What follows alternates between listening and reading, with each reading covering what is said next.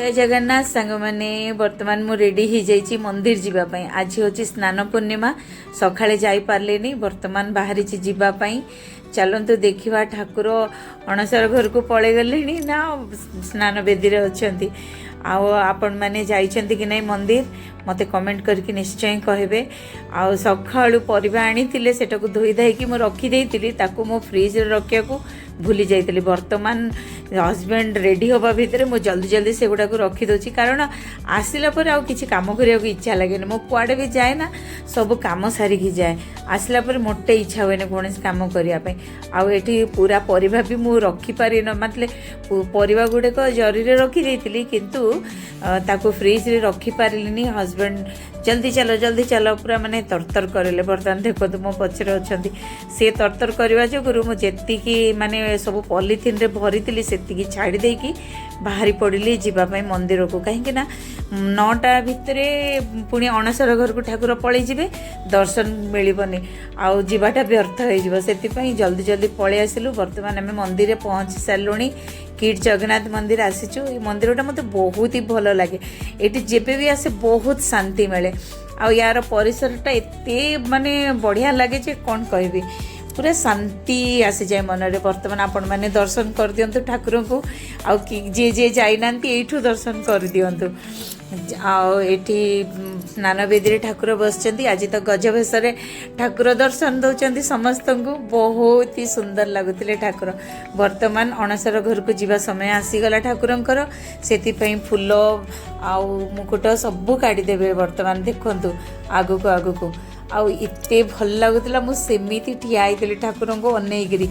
एमती तो पूरी एते भिड़ हो जीवाई डर लगुच। लास्ट टाइम जाइलु बहुत ही माने पुओ जो आसीथिला सेते बेले जाइलु से वीडियोटा भी मु एडिट करि पारिनी करी आगु को आपण माने देखिबे। बहुत ही भिड़ थिला बहुत ही मुश्किल हेतिला दर्शन करिवा पई। जहाँ भी हो से दिन दर्शन भलरे तो मिल जाइतिला। वर्तमान समय आसीगला ठाकुर को अणसर घर को जीवा पई। चलंतु देखिवा से रिचुअल गुडाको।